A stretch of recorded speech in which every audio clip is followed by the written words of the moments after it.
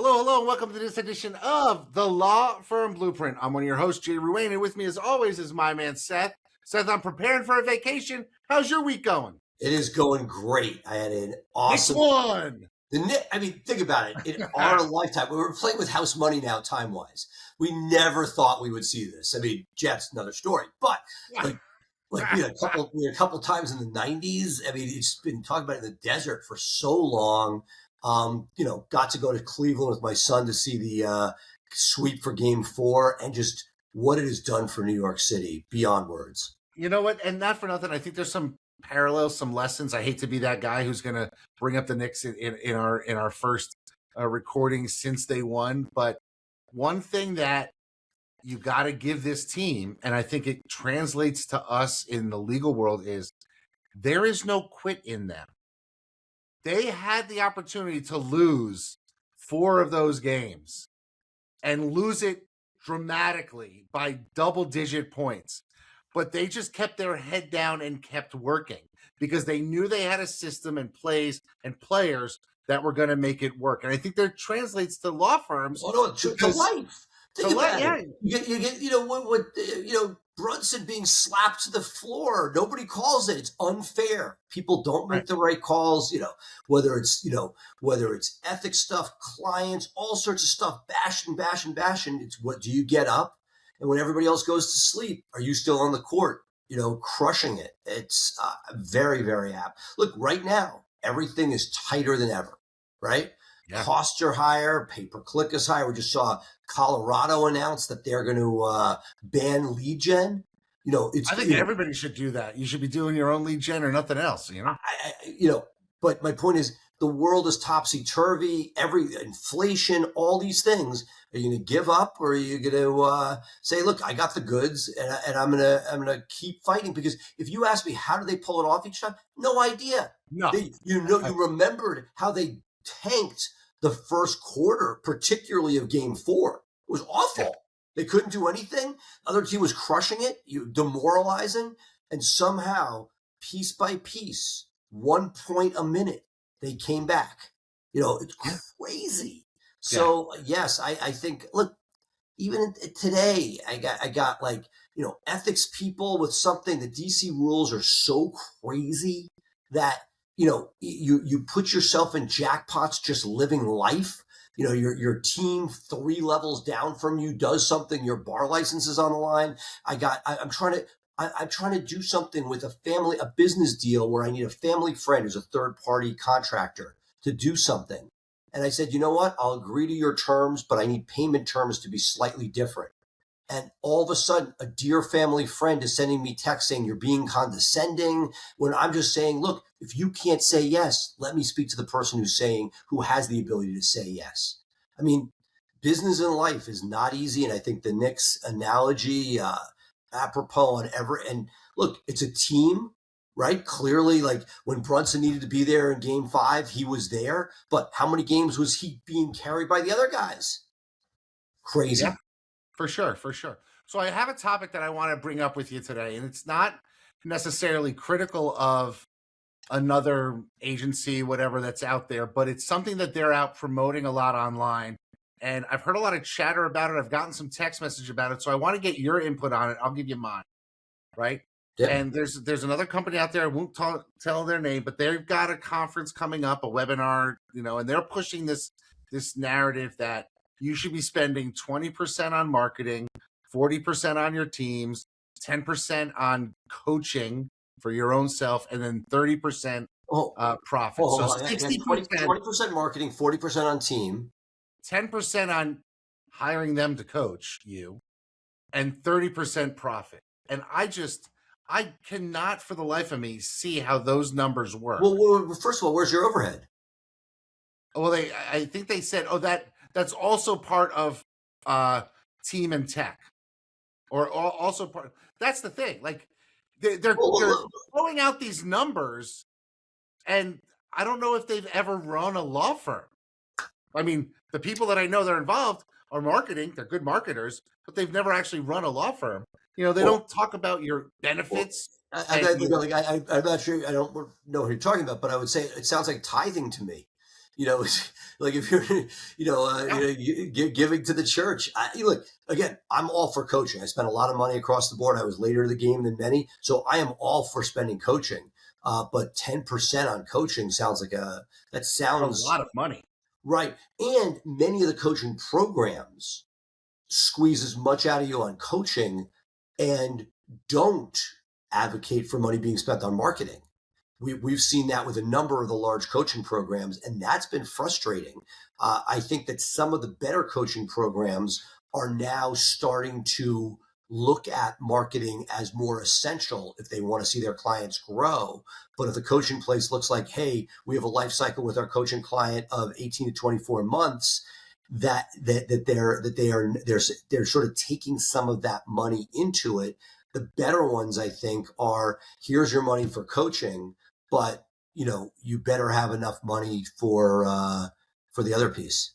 But I mean, if you're grossing $1 million or $2 million a year, I can't imagine that you could take $100 or $200,000 out of your firm devoted to coaching. Because if you're say you've got this 20, 40, 10, 30 that they're advocating, right? And you take Well, look, I just at $1 that's where million dollars, that's where it falls apart. Look, the right? number of firms outside of PI that have a 30% profit margin in the B2C space, nominal, I right? know I don't, No, exactly. and I'm And, pretty and, well and you're a run. pretty innovative guy with saving a lot of money on a lot of things, and you don't spend a ton on marketing, to be fair.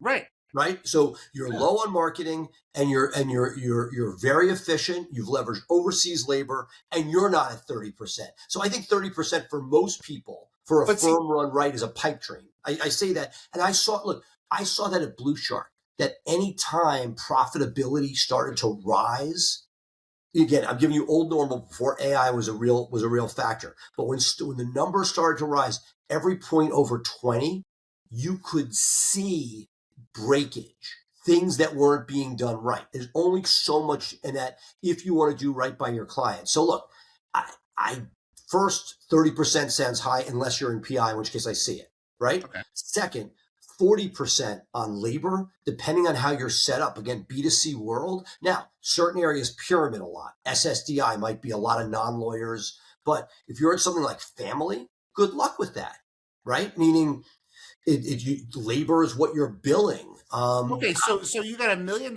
divorce practice, right? You're Yeah. going to spend $400,000 on your team and tech. So that's also your subscription. Impossible. It's just not, that's not team tech rent. What about everything else? Right. Stop And the see that, insanity. and this is what I'm talking about.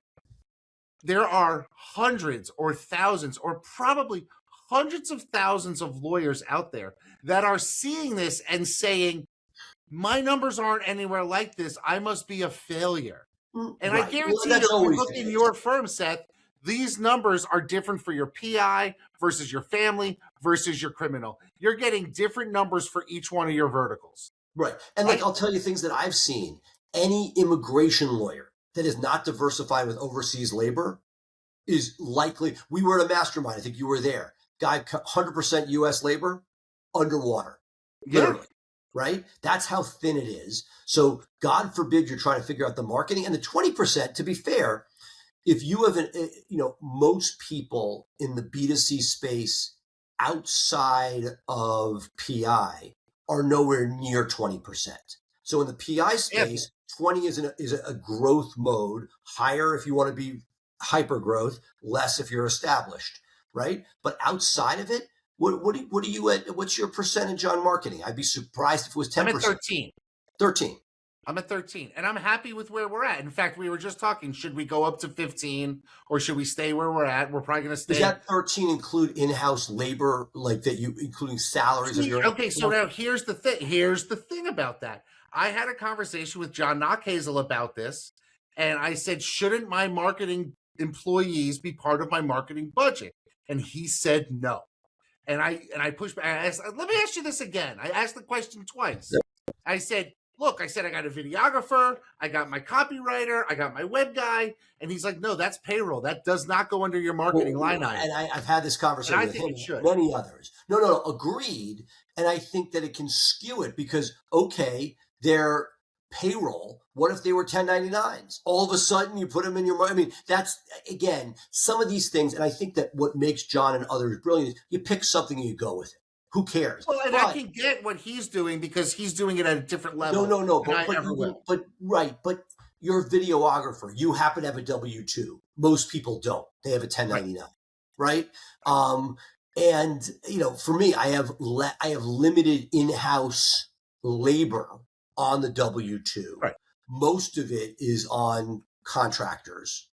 Like, Yeah, whereas well, I other mean, people, the truth of the matter is, my videographer is my brother-in-law. My website guy is my brother, and my mom and my mother-in-law want to make sure they get benefits, so that's why they're W-2. well, right. So no, but Jay, that's a great example where you got to see through it. So you know what? Ignore it. They're not W-2s. They're W-2s for your purpose. You're the only guy on the planet who's putting people as W-2s and not 1099 when they can. So like as normal, Jay is outside I'm the just box. too generous. No, but it's not. No. It's not too generous. It's how you want to live your life. It's call it owner benefit. That said, so just take them out. When you gave me the 13, it included those people, I assume. Yes, it included those people. So pick your poison. But even I'm still. But you've made your investments have been in a full-time videographer. That's unusual for a business of your size, right? But you like it and it works for you. I like it. It works for me, and I'm sticking with it. There's no value judgment. So look, anything that's an absolute. Anybody who says from stage you should be this, what do you give me flack about? What do I always say? It depends. And it does, but there are certain rules and red flags. So, for example, if you're over 20% on marketing, you need to say, am I growing at the rate I should be for that? Okay, A. B, coaching, the fact that is a 10%, my guess is, just like many things, people have self-interest in what they're saying that you should spend 10% on it. The churches say you should donate 10% to them, right? If you are a believer, God bless. Is that the ultimate use of those resources? But there are many people out there, and you know what? If there are many people out there that need a lot of different coaching, but what if you had a consigliere in-house? I met a guy when I was in Australia that has a guy a couple days a week who's former parliament member who is sort of his advisor. He's a W-2, not an outside coach. Does it have to be a coaching program that has a sales funnel, or can it be any sort of sort of intellectual development that you're doing? I mean, at the end of the day, though, I really want our audience to listen to what we're talking about and just realize that anybody can throw out arbitrary numbers on a whiteboard and say, this is where you should be. And you should take that with a grain of salt and realize that it may not work for your business and how you want to live. So don't just take those numbers as gospel. Well, time out for a second. Okay. The classic story told by Chad Dudley about Rick Harris, one of my favorite people, just saw him in Vegas, right? They were in a non-numbers mastermind. That was basically a mastermind, but nobody was sharing their financial data in the room, which if you've been part of one of those groups is a game changer. Right? So people are putting their numbers out. Then you have starting discussions about, does it include this? But you can just comparatively, if 10 firms are doing criminal, what are they spending on marketing? What are they spending on labor? If somebody's labor is way out of proportion, is there a reason? Is it because they're J and they want to put people at W-2s, or is it because there's some other reason? So Rick Harris is in this group, and there's a group out of Seattle that's bragging about their digital prowess and how they're making fun of Rick in the room because Rick is not actively on digital. He was on TV, he may have had billboards, he was a relationship guy, referrals, and they finally shared some numbers, and they were generating, I believe, 9 cases a month through their digital, early days of digital. And Rick is like, you know what? You're right. I'm a total failure. Turns to his assistant. He's like, Sally, grab my briefcase. We're going to leave. I'm a failure. Let's get on my private jet and fly home. Yeah. Right? So the idea is, when somebody's giving you that advice, what are the results for the people they're doing it for? Because the 10% is a pretty good number if you're trying to sell coaching. But of their coaching clients, what are the success stories? Look, I've seen coaching programs where where they are very good at raising top line revenue. objectively. But I met a woman who was a year or two and she was a rock star beyond rock star who had raised herself to $1 million in gross revenue in a couple of years in business. That said, she had $50,000 of profit. Well, that's the thing. Like, and profit is not just money in your pocket; it's the lifestyle that you get to live on Well, your but terms. so meaning you're saying that there's things where, hey, you're writing off a ton of stuff, maybe. But No, in this, I'm just saying, like, I get to leave. I get to leave the office at 3 o'clock because I'm going to go coach little league, and I've built a firm that supports that. I'm understood, profiting in that. You right, know, understood, but there's also a number globally that you want to be at. And so, right? like anything else, you should. This is true for everything. Keeping up with the Joneses, the car. My kids say to me, hey, her neighbors down the street have probably $450,000, $500,000 worth of cars in their garage. God bless them. I drive a Hyundai Ioniq 5, the most expensive car I've ever bought, at 60K. Like the idea that you are looking at people, the number of people that you think are successful that don't have a penny saved, that one thing that's going to knock them over. So like anything else, again, those are, there are times when those generalizations are interesting and thought provoking, but look, I love it when people embrace marketing if it works and it's making them more money. And I don't like the idea when there's other stuff there. But to say that your entire operations is running for 40%, I would argue outside of some incredibly well run, skyrocketing PI firm, nobody else is able to play that game and I, I have quality. I would agree. I would agree. And I want our audience that's out there that's listening, like if you see this in your feed, don't feel bad about how you are running. If you say my numbers don't match these numbers. Now obviously look at your numbers and make sure that they're working for you and You do it but constructively, not like, right. and also who's saying it, what's behind it, like all of this stuff. It's, what is the fundamentals and crowdsource, right? Like one person Well, tells you, it's tough to crowdsource because a lot of people don't want to share that information, especially if you're, in your no, I meant local community. yes, but I meant crowdsource multiple opinions on those Oh, numbers. absolutely, absolutely. But I'm looking at their numbers and I'm saying, boy, you're saying you sell me marketing, and you want to sell me coaching. You want to take 30% of my gross revenue, and that's a lot. Because if they're doing 20% on marketing services and 10% on coaching, on $1 million, that means I pay you 300,000, and I have to run everything else and make a profit with $700,000. That's not going to work. No, and I also am a big believer that we see problems when that stuff gets intermingled.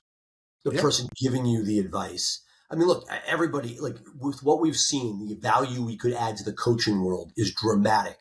And yet I sit there and I'm like, I feel like I work with people on intake and different operations and hiring issues and all sorts of stuff. But at the same time, I'm, very much a believer that when that stuff starts to get bundled, it gets dicey. And So are there, yeah, yeah, I want to go there, and we only have a few more minutes because yes, you got it off. But I want to throw something by you, and please. I'm curious how you're handling it.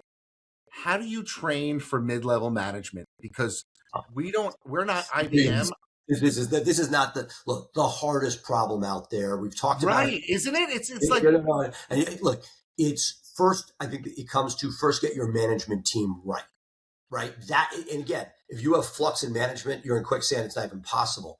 You can only truly do that, in my experience, once you have the people in place, because you can't emulate something unless you're emulating from something you approve of. So, for example, we were in the desert for so many years on intake. We have an amazing intake manager who now has 3 or 4 mid-level managers. But if she was not able to bring that down, it would be very, very theoretically, academically, you as that master showman at the top could do it all.